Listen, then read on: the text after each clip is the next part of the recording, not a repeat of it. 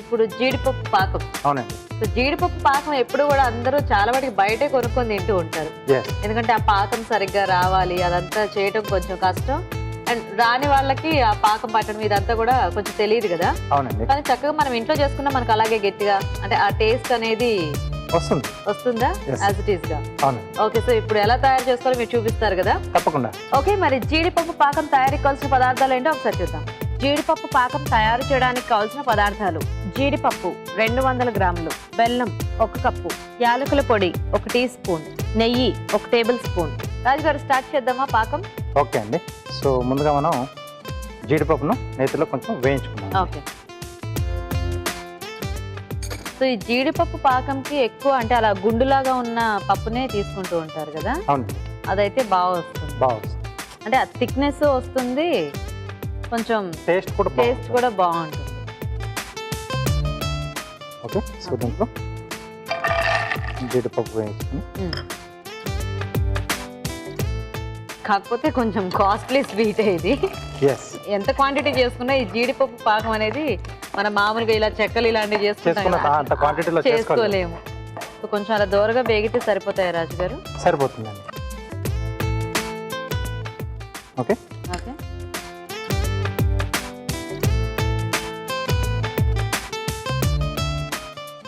కానీ జీడిపప్పు పాకం మనం బయట కొనుక్కున్నప్పుడు కూడా కొంచెం అంత ముక్క తింటే చాలా ఫుల్ గా ఉన్నట్టు అనిపిస్తుంది. ఎక్కువ కూడా తినలేమండి, ఎక్కువ క్వాంటిటీలో తీసుకోలేము. ఎందుకంటే ఆ జీడిపప్పు మంచి హెవీగా ఉంటాయి మనకి, అండ్ బెల్లం కూడా ఉంటుంది కదా దానికి తోడు. సో ఇంకొక ప్యాన్లో మనం సో దీంట్లో బెల్లం తురుము. ఓకే. సో దీనికి మనకి బాగా ముదురు పాకం కావాలి కదా. అవునండి. అలాగే కొద్దిగా యాలకుల పొడి. ఓకే.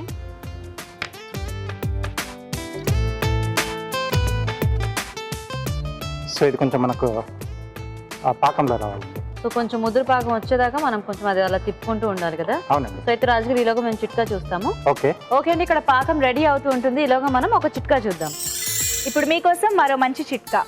డియోడ్రెంట్స్ కానీ స్కిన్ క్రీమ్స్ కానీ ఎక్కువ వేడిగా ఉన్న ప్రదేశంలో పెడితే అవి త్వరగా పాడైపోతాయి. కాబట్టి ఎక్కువ వేడి లేని ప్రదేశం అంటే రూమ్ టెంపరేచర్లో వాటిని ఉంచినట్లయితే అవి ఎక్కువ కాలం మన్నుతాయి. ఓకే అండి, చిట్కా చూసారు కదా రాజు గారు. ఆహా, బెల్లం ఎంత కమ్మటి వాసన వస్తుంది. ఇప్పుడు మనకి ఉండపాకం వచ్చేసినట్టేనా? వచ్చేసినట్టండి. ఓకే. సో దీంట్లో మనం ముందుగా వేయించుకున్న జీడిపప్పు. సో ఉండపాకం వచ్చిందో లేదో తెలుసు కదండి అందరికంటే. ఒక బౌల్ తీసుకుని అందులో కొంచెం వాటర్ వేసేసుకొని ఈ పాకం కొద్దిగా అందులో వేస్తే మనకి అది అడుగుని ఇలా ఉండలా అయిపోతుంది. సో అది మనం చూసుకొని ఆ కన్సిస్టెన్సీ మనం పాకం కట్టేసుకోవచ్చు అనమాట ఇంకా. Okay okay. సో స్టవ్ ఆపేసేసి సో కంటిన్యూగా అలా స్టిర్ చేస్తూ ఉండాలి. ఎందుకంటే ఇది చల్లారేటప్పటికి మనకి ఎలాగో దగ్గరకు వచ్చేస్తుంది కాబట్టి కొంచెం ఇంకా దగ్గరకు అవుతుంది అన్నప్పుడు ప్లేట్లో తీసేసుకొని స్ప్రెడ్ చేసేసుకోవచ్చేమో కదా. అవునండి. ఓకే. సో ఇప్పుడు ఇది కొంచెం దగ్గరకు అయితే మనము ప్లేట్లోకి తీసేసుకోవచ్చు కదా రాజు గారు. అవునండి. ఓకే. ఓకే. సో మనకి అలా తీగలు వచ్చేస్తేనే ఇంకా అది మనకి గట్టిపడిపోతుంది అనేది తెలిసిపోతుంది.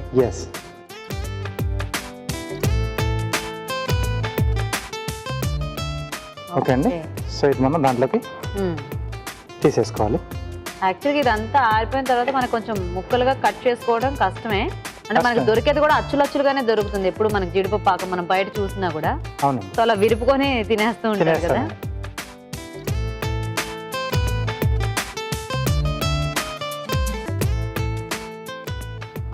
అసలు ఇలా చూస్తుంటే ఆ కలర్ కానీ అంతా కూడా యాజ్ ఇట్ ఈస్ గా మనం కొనుక్కున్నది ఎలా ఉంటుందో అలాగే ఉంది రాజు గారు.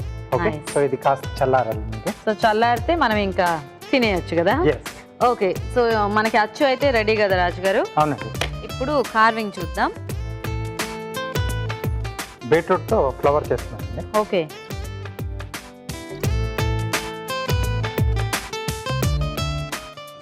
లోటస్ షేప్ చేస్తున్నాం.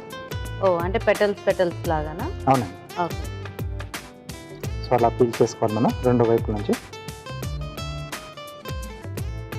అది కూడా కావాలా స్కిన్? అక్కర్లేదండి. అది తీసేస్తున్నాను. ఆ షేప్ అనేది చేస్తున్నాం. ఓకే. సో ఇలా కట్స్ ఇచ్చుకుంటున్నాం అండి. డిజైన్ పెటల్ కట్ చేసినప్పుడు ఆ షేప్ అనేది అన్నిటికీ వచ్చేస్తుంది కదా. ఎడ్జెస్కి వచ్చేస్తుందండి. ఓకే.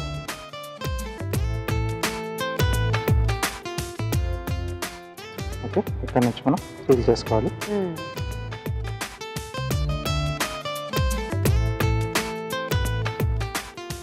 సో అది కట్ చేసుకునేటప్పుడు కొంచెం మనం ఆల్రెడీ కట్ చేసుకున్న పెటల్స్ షేప్ అనేది పోకుండా కట్ చేసుకుంటే బెటర్ కదా. అవునండి. లేదా అలా కొంచెం కష్టంగా ఉంది అనుకుంటే ఫస్ట్ చేసేవాళ్ళు కట్ చేసిన తర్వాత అయినా షేప్ చేసుకోవచ్చు. సో మొదటి దగ్గర నుంచి చేసాం, రెండోది ఇటు వైపు నుంచి. Okay okay. సో ఒకటి అటు నుంచి ఒకటి ఇటు నుంచి. ఎస్.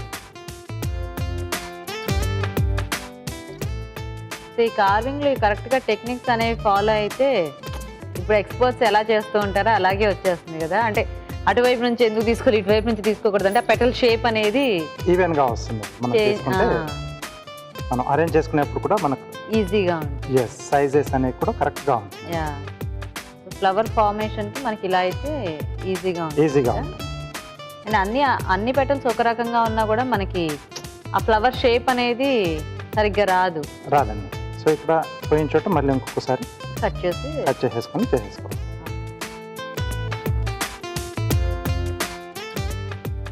సో చిన్న సైజ్ పెట్టాలంటే మనకు ఫ్లవర్ అంటే మనకు మినిమం 7 రావాలి.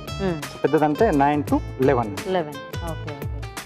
సో ఈ లెక్కలు అనేవి వీటికి కూడా కంపల్సరీ ఉంటే బాగుంటుంది, ఆ షేప్ కరెక్ట్గా వస్తుంది. అవునండి. సో దీంట్లోంచి ఫస్ట్ మనం పీల్ చేసి తీసేసాం కదండి. సో దీన్ని మనం బేస్లో యూజ్ చేసుకుంటున్నాం. ఓకే.